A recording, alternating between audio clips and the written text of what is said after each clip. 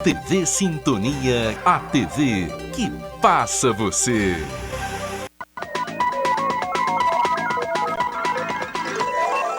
Jornal Sintonia. Apoio Mosaic Fertilizantes, ajudando o mundo a produzir os alimentos que precisa.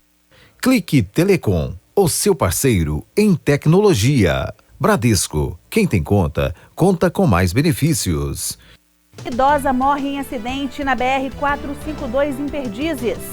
Araxá tem 17 registros de suicídio em 180 dias. Um leve aumento que a gente teve nessas ocorrências. E o editorial Raio-X com Olavinho Drummond. O Jornal Sintonia está começando.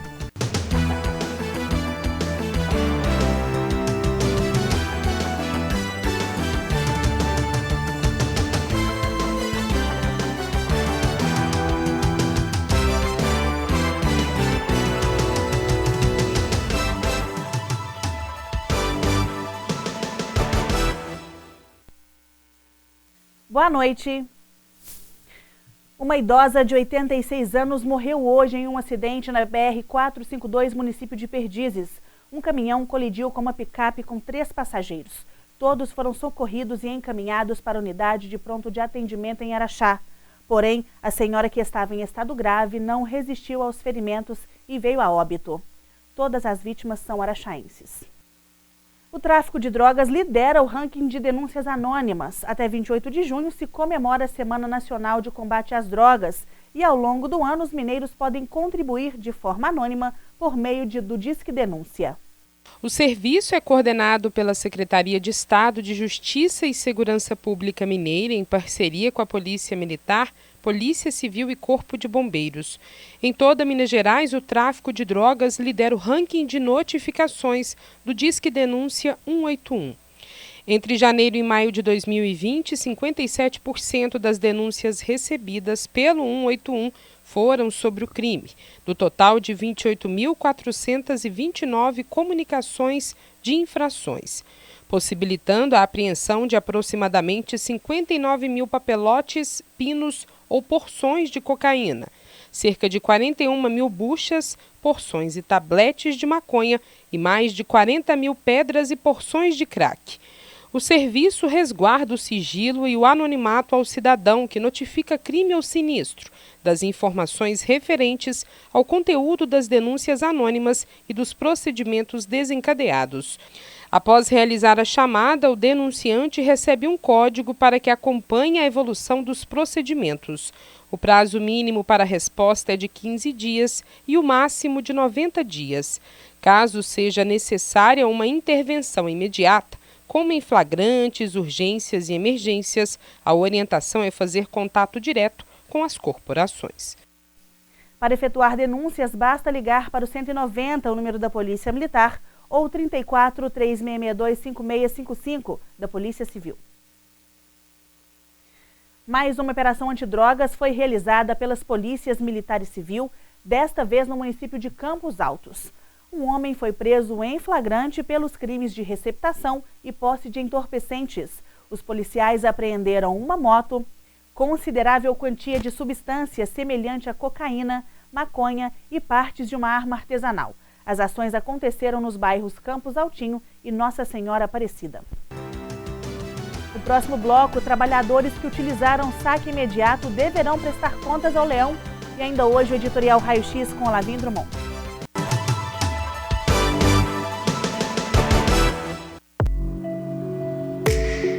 Em tempos tão desafiadores, é impressionante ver a capacidade que a gente tem de desaprender e reaprender.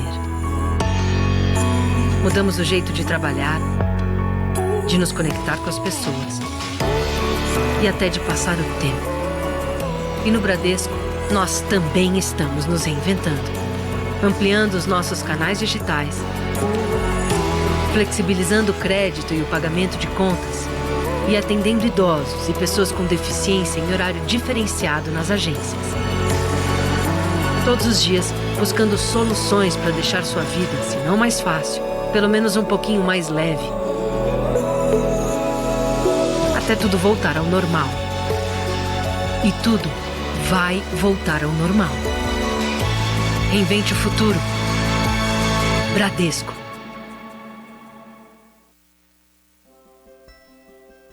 Mais de 4 milhões de consultas.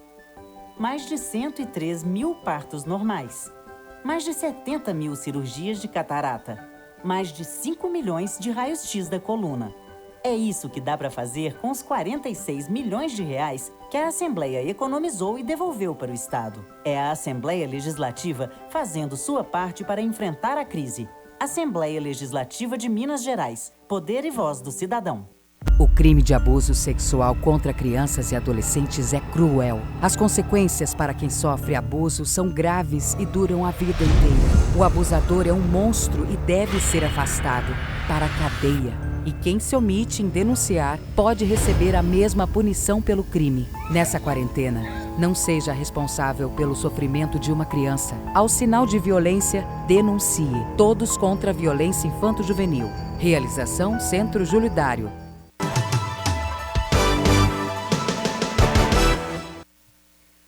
Parte dos 64 milhões dos trabalhadores que retiraram os 998 do Fundo de Garantia do Tempo de Serviço FGTS no ano passado terá que acertar as contas com o Leão. O saque imediato deve ser informado na declaração do Imposto de Renda da Pessoa Física de 2020. A obrigação vale apenas para quem recebeu mais de R$ 28 mil de rendimentos tributáveis em 2019 ou que se enquadra em qualquer outro critério para enviar a declaração. Caso o contribuinte esteja isento do imposto de renda, não precisará enviar o documento, apenas por causa da ajuda do FGTS. O saque imediato deve ser declarado no formulário de rendimentos isentos não tributáveis no item 4, que engloba indenizações por rescisão de contrato trabalhista, por planos de demissão voluntária, por acidente de trabalho e saques do FGTS.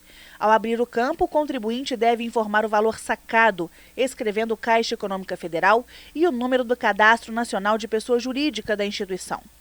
Caso não tenha o comprovante, o contribuinte pode pedir um extrato na página do FGTS na internet, da Caixa Econômica ou em aplicativo de dispositivos móveis. As regras para o saque imediato são semelhantes às dos saques regulares, em que o trabalhador também precisa declarar o valor retirado do FGTS. Além de demissões sem justa causa, o FGTS pode ser sacado em caso de término de contrato temporário, aposentadoria, rescisão por falência, doenças graves e mais 10 situações. As regras do saque regular podem ser consultadas na página da Caixa na internet. O prazo para entrega da declaração acaba no próximo dia 30. A Receita espera receber 32 milhões de documentos. O prazo inicialmente encerraria dia 30 de abril, mas foi adiado em 2 meses por causa da pandemia. Araxá teve até ontem 17 registros de suicídio entre tentativas e consumados. Alterações nos hábitos da população podem afetar a saúde. A repórter Janaína Silva e o cinegrafista Eduardo Almeida estiveram na companhia do Corpo de Bombeiros para falar sobre o assunto. O Ministério da Saúde fez um levantamento para avaliar a saúde psicológica das pessoas e para saber dos atendimentos eu converso com o capitão do Corpo de Bombeiros aqui de Araxá, Tiago Augusto Pereira. O número de atendimentos, se a gente for comparar 2019 com 2020, ele é praticamente o mesmo, né? Sim, os números são bem parecidos, né? Um leve aumento que a gente teve nessas ocorrências, mas não é um aumento considerável. Na hora de atender essa ocorrência, tem algum protocolo diferente? Vocês chegam a ouvir pessoas próximas? No atendimento dessas ocorrências, né, quando a gente fala o tentante, então a gente tenta verbalizar, procurar entender o porquê essa pessoa chegou até essa situação. Mas mesmo depois a gente da ocorrência, obtendo sucesso, a pessoa deixando de tentar, o interessante as pessoas próximas elas observarem o comportamento posterior. Então a gente tem ocorrências que são recorrentes da mesma pessoa nessa tentativa. Então os familiares, as pessoas próximas são muito importantes em tentar identificar toda a mudança de comportamento, alteração de humor. Então todas essas características elas podem ser um indicativo de uma certa alteração na parte emocional e que pode culminar até num fato desse, de que seja a tentativa de autoextermínio. Então, os familiares, as pessoas próximas são muito importantes para verificar, né, e identificar essas alterações e proceder à intervenção, né, médica, psicológica adequada. Então, Augusto, há uma forma de atender diferente quando é tentado e quando já é consumado, o suicídio consumado? Sim, as formas tentadas, né, a gente tem algumas variações também, né? Às vezes a via medicamentosa, a pessoa ingere, então o procedimento nosso né, de levar o mais rápido possível para o hospital. Né? Alguns outros tentantes, né, utilizam de outras formas, né, mais impactantes, né, de elevações, né, de altura, então a abordagem ela é diferente, sim. Então, a gente procura sempre mais fazer a verbalização, não fazer aquela intervenção de forma agressiva, né, porque a gente entende, né, tem alguns estudos que provam que essa, como eu falei, né, acaba sendo recorrente, né, a gente impede aquela tentativa naquele momento, mas a gente limita naquele instante aquela ocorrência, mas essa pessoa, se ela não tiver um tratamento adequado, um acompanhamento, ela pode acabar recorrendo, né, novamente tendo essa tentativa. Então, a intervenção médica, psicológica, ela é extremamente importante. Em instantes, Polícia Militar vai fiscalizar e punir pessoas que transitarem sem máscaras no estado. No editorial Raio X com Olavinho Drummond.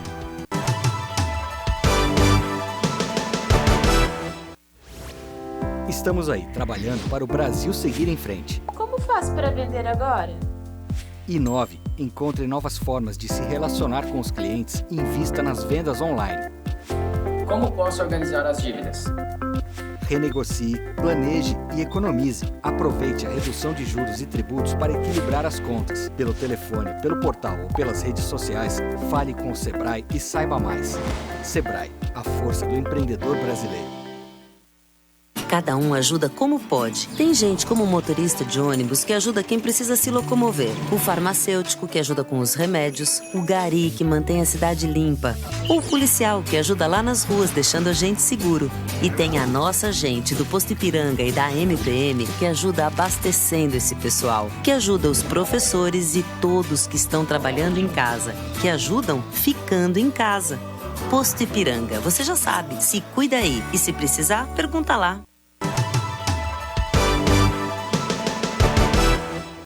A Polícia Militar vai abordar pessoas sem máscaras nas ruas em todo o estado. A orientação direcionada pelo governador Romeu Zema enfatiza a luta contra a Covid-19.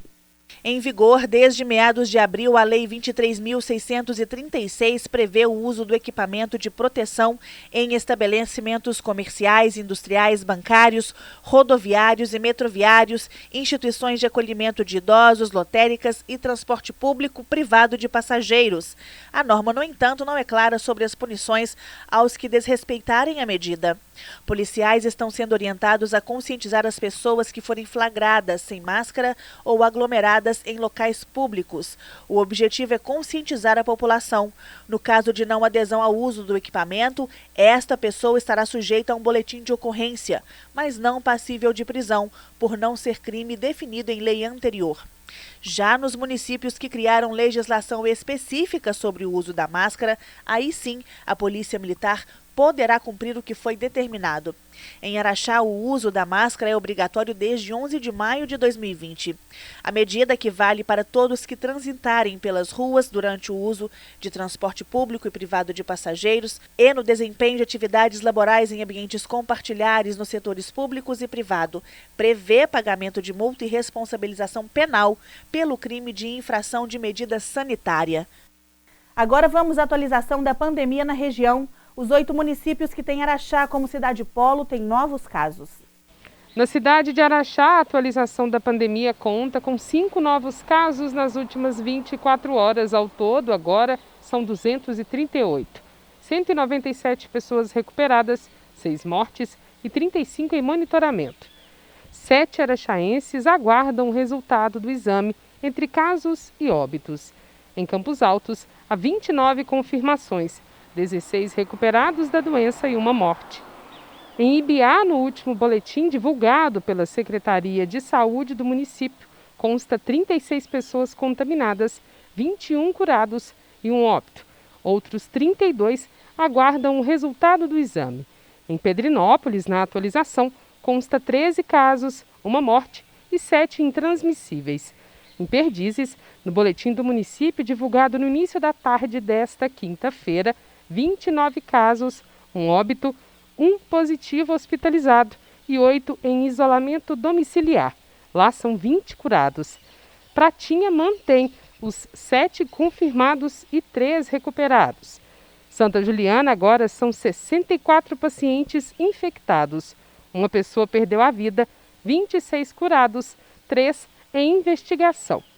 Segundo a Prefeitura de Itapira, os números se mantêm. São 20 positivos e 15 curados. Durante a entrevista coletiva do governo do estado de hoje, o secretário de Saúde, Carlos Eduardo, falou sobre as campanhas de vacinação. Eu inicio minha participação nessa coletiva lembrando que a vacinação contra a gripe ainda está acontecendo e que ela termina no dia 30 de junho. A vacinação contra o sarampo, ela foi estendida o seu período e vai até dia 31 de agosto. Uma outra informação importante é que a Secretaria Estadual de Saúde de Minas Gerais, ela modificou e atualizou o seu site. Então, nós convidamos a todos que visitem nosso site, ele ficou mais intuitivo, com mais dados, mais fácil de encontrar as informações. Isso faz parte de um esforço de transparência e de comunicação que a Secretaria Estadual de Saúde tem feito com muita regularidade. E divulgou o boletim epidemiológico. Um total de casos confirmados de 32.769 casos, então, confirmados. Casos em acompanhamento, 12.497. Casos recuperados, 19.466. E óbitos confirmados, 806. Fique agora com o editorial Raio X com Olavinho Drummond.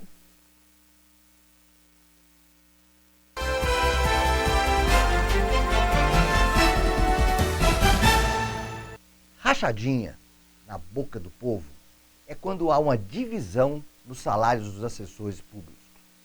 Ou seja, a remuneração de um é repartida com outros 2 ou 3. Assim, o vereador, o deputado ou o senador podem engordar o seu gabinete eleitoral com vários outros funcionários. Via de regra, esses beneficiados trabalharam em campanhas passadas. E o mais interessante e não raro são os funcionários fantasmas, que nem nos postos de trabalho comparecem.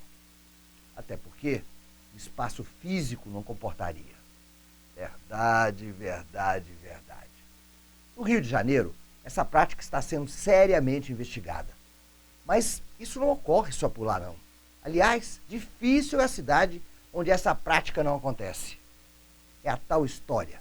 Tornou-se tão comum que a justiça fechou os olhos e isso virou mais um jeitinho brasileiro de se fazer política.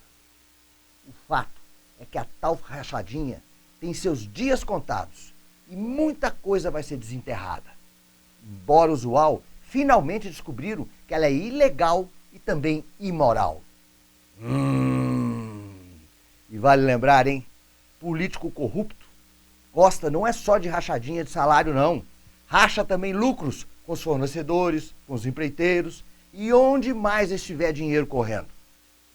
Enfim, fica aqui um aviso para os lenhadores de plantão.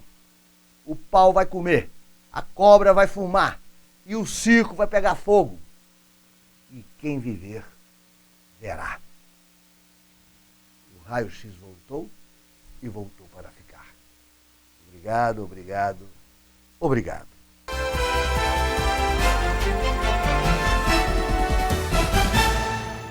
O Jornal Sintonia fica por aqui. Outras notícias você pode ver a qualquer momento através do nosso portal diariosintonia.com.br. Uma ótima noite para você, fique agora com Café Sintonia e até amanhã.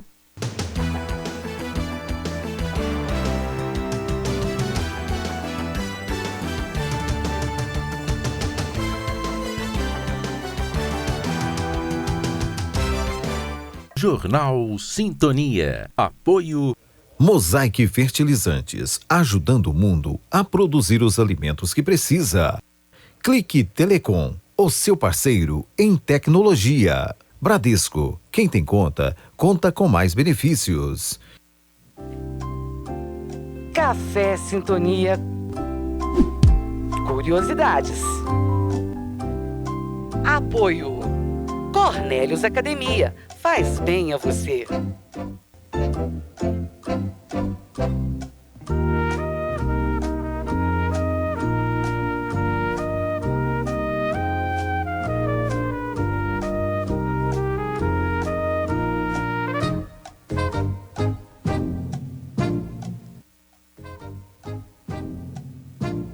O Memorial de Araxá foi residência da família de qual cidadão? A. Doutor Eduardo Montandon. B. Doutor Joviano Batista. Ou letra C. Maestro Elias Porfírio de Azevedo.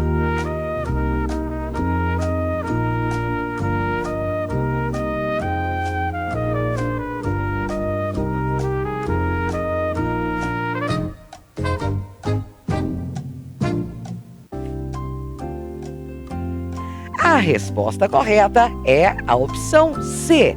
Maestro Elias Porfírio de Azevedo. O casarão que abriga o Memorial de Araxá foi residência da família Maestro Elias Porfírio de Azevedo, que foi casado com Maria Dolores, filha de Joaquim Antônio da Silva e de Dona Maria Dolores Ferreira de Ávila.